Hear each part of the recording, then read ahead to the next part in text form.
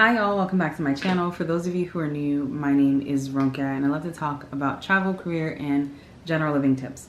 If this sounds like your sort of thing, please make sure that you hit that subscribe button. In today's video, I'm talking about pursuing your ambition in life. And this is always kind of like a hot topic because for a lot of us, we're always trying to find that balance of doing the work that pays and doing the work that we're actually passionate about. And to be fair, not everyone necessarily finds that proper balance between the two. And some people even feel like that balance doesn't exist because once you start getting paid for it, it puts more pressure on it. You may no longer be passionate about it, whatever the case is. But we're going to talk as if that balance does exist because I do believe that it does. And I'm going to talk through some of the things that is important for you to do if you're in that space where you're trying to transition and start pursuing your ambitions. If you really know that you want to pursue an ambition or a passion, the first thing I would actually recommend is to make sure that you truly want to pursue this passion or ambition. There are some things that from the outside look so entertaining, look so great, look like amazing opportunities that we would want to do, but then we get into them and we're like, I don't really like this too much. So I would recommend that however possible, whether it's talking to people, shadowing people, maybe freelancing, maybe volunteering, whatever it is that you need to do to first kind of get your feet wet and figure out how much you really like this passion or ambition. If it's something you truly want to pursue, I would definitely recommend doing so. The second thing I would recommend is to do a test run.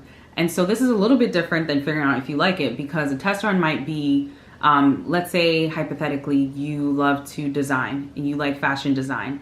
Maybe do it on the side for a while you are still working, whatever your full-time day job is, if you have one, right? And the reason why I say this is because you want to give yourself the opportunity to kind of figure out how this ambition works and how it'll work with you, how it'll work with you trying to either find clients, how it'll work with you having to address customer needs, whatever the case is. Like, give it a test run for you to properly test it out and see how you're able to keep up with it. It also might be something that along the way you realize that, hey, I cannot keep up with this by myself. I actually need a partner. And so then at that point, you can then start thinking through next steps of finding a partner.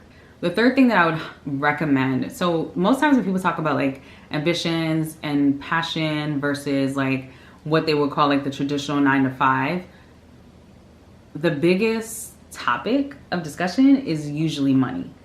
And money matters. Like, let's not beat around the bush. Money matters a lot because you ultimately have bills that you probably have to pay, and you want to make sure that you're able to sustain yourself. And so I feel like when it comes to thinking about like your passion and your ambition, you really have to think about the sort of lifestyle that you have and the responsibilities that you have, right? Lifestyle is inflatable, responsibilities are not. Responsibilities are pretty much, do you got children you got to take care of? Do you have pets that you're supposed to take care of? Do you have other personal obligations that you have to take care of? Maybe student loans. Whereas lifestyle might be things like, oh, do you like to travel? Do you like to go out to, eat at fancy restaurants?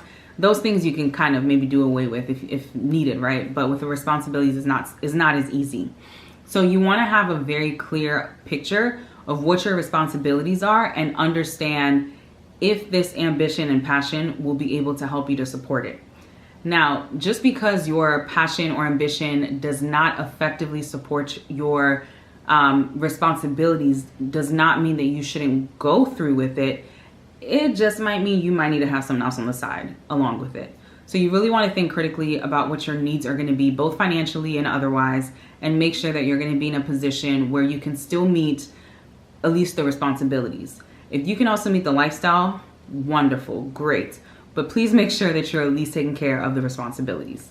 And then the final thing that I would say is, of course, work hard and be creative. I strongly believe that when it comes to anything in life that we're doing, it is very important that we try to bend without breaking. So be flexible, be willing to go with the flow, be willing to kind of try different things out, but just make sure that whatever you're doing, you can kind of always reel yourself back in, and not that you necessarily break yourself or break break any other processes that you set up. When you're thinking about pursuing your passion and ambition, once again, it is a great thing to do. And if you can swing it, if you really have something that you're super passionate about and you can swing it, that is always a great thing. But just try to make sure that you're thinking through some of these so that long-term you can make it sustainable, because you don't want to get into your passion and then you didn't think about how you're going to pay your bills, and all of a sudden you can't do your passion and you're back to what you were doing before. So think through all of these things, and hopefully you're able to make the dive into your ambition.